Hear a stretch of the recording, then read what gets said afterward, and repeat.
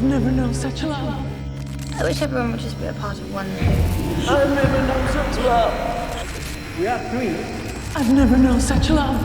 They couldn't make you people love us. I've never known such.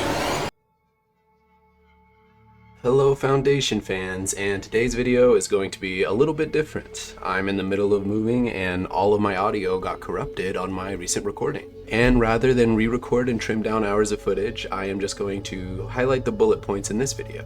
If you want to hear more on my thoughts on the episode and some of the different scenes that went down, feel free to check out my most recent live stream for Foundation. But otherwise, this video is going to skip the recap and just focus on the big bullet points and theories going forward. Let's go ahead and start with Gale. I thought it was very suspicious how when she revealed herself to be part of the Second Foundation and be in charge, Ebbling Miz gives a very interesting look. Now this could be simply because Miz never even fathomed the idea of a Second Foundation in the first place, and is just taken back, or there could be more book-related ties to this scene. But he's not the only one giving weird looks. Later, when Gale does make a deal with Harry Seldon, she tries to inform everybody using her mentalic abilities that Harry doesn't know right-handed Harry is dead. But the way Harry looks at her in this moment, it seems like he actually hears her perfectly fine. And there's no significant follow-up to this as well. Harry simply warns Gale that the Mule story doesn't add up, and we get another in a long line of suspicious looks from Han Pritchard. They're still toying with the fact that Gale's premonition could have changed or been altered in some way, and if we find at some point Salvor has somehow come back and gotten a full-grown body, maybe even with left-handed Harry's mind inside of her, I just don't see how the premonition hasn't already been altered. And I actually wonder if Harry Seldon will get a body, and if he does, if he'll even use it for good. Left-handed Harry didn't get humbled like right-handed Harry did. Right-handed Harry was stuck in isolation and brought to the brink of madness. His mind was put back together and he was able to get a physical body. This while spending time with the person who threw his plan off rails altogether and learning to team up with her and put his own ego aside, really did help Harry reach that ripe old age where he could get the Second Foundation where they needed to be and was taken away by Kalle. Now left-handed Harry had things pretty easy.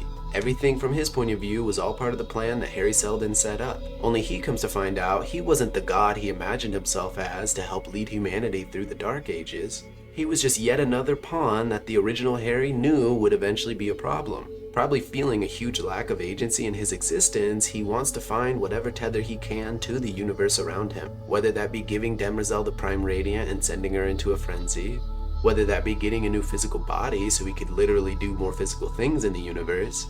We'll see how these plans exactly go for him. But let's cut to the Empire. Dusk and Terrence Mann give a fantastic performance in this episode. And with all the Cleons taking on different characteristics, it's cool to see one Cleon still representing the Imperial Tyrant we know and love. Dusk gets very quippy as he takes down all the different factions. And I do like that Quint was advocating for not pushing Empire this hard.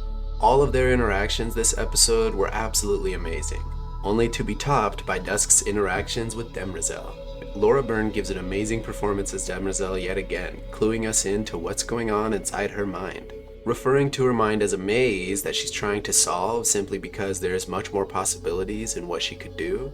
Seeing the premonition Gale showed her and knowing that she likely gets involved and hides the Second Foundation in the Imperial Library. The question is, does she end up betraying them and serving them up to the Mule? Or does she do everything she can to keep them safe? This brings her to meeting with Kalle, who is seemingly another robot, but they don't actually clasp. Clasping being them sharing memories and thoughts.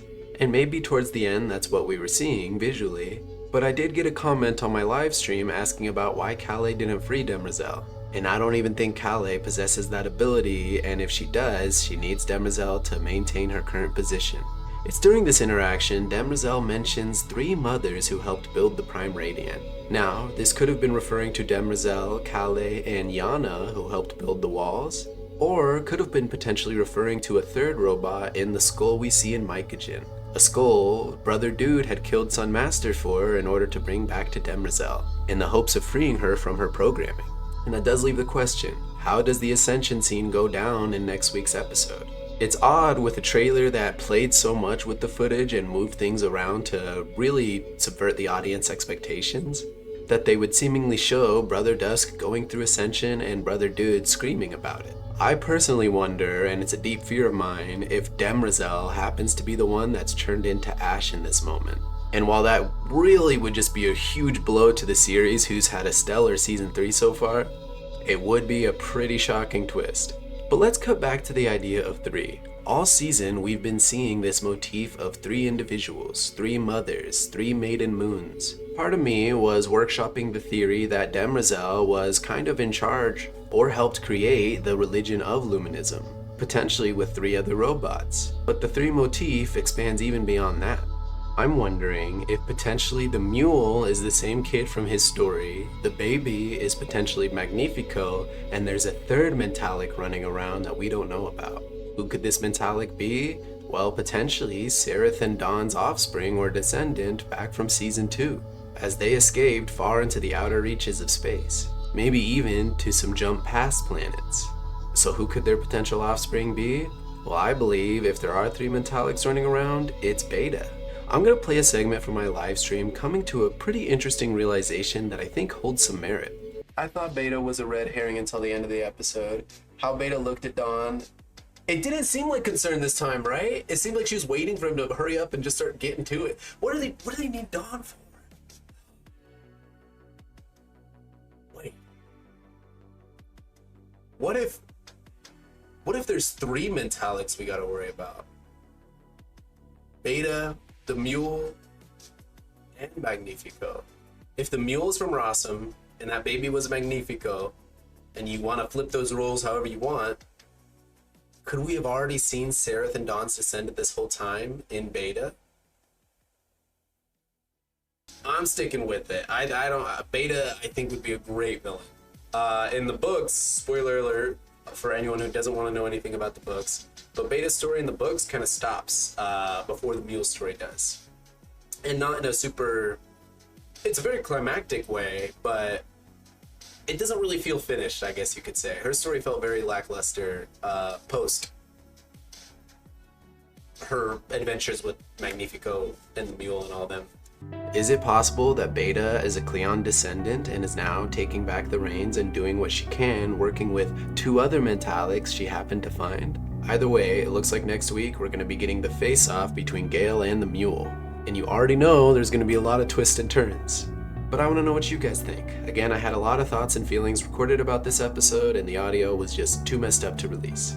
But still, you can check out the live stream for the immediate after-episode thoughts and predictions. And feel free to tune in on next week's live stream as soon as the finale is over, where the live stream will last a little longer and we'll go through all our thoughts and theories for the series, and where season 4 could potentially go. Either way, thank you all for watching, really appreciate the support, and remember, if live stream chat says your audio sounds good, still double check to make sure it does before you end up recording hours of footage.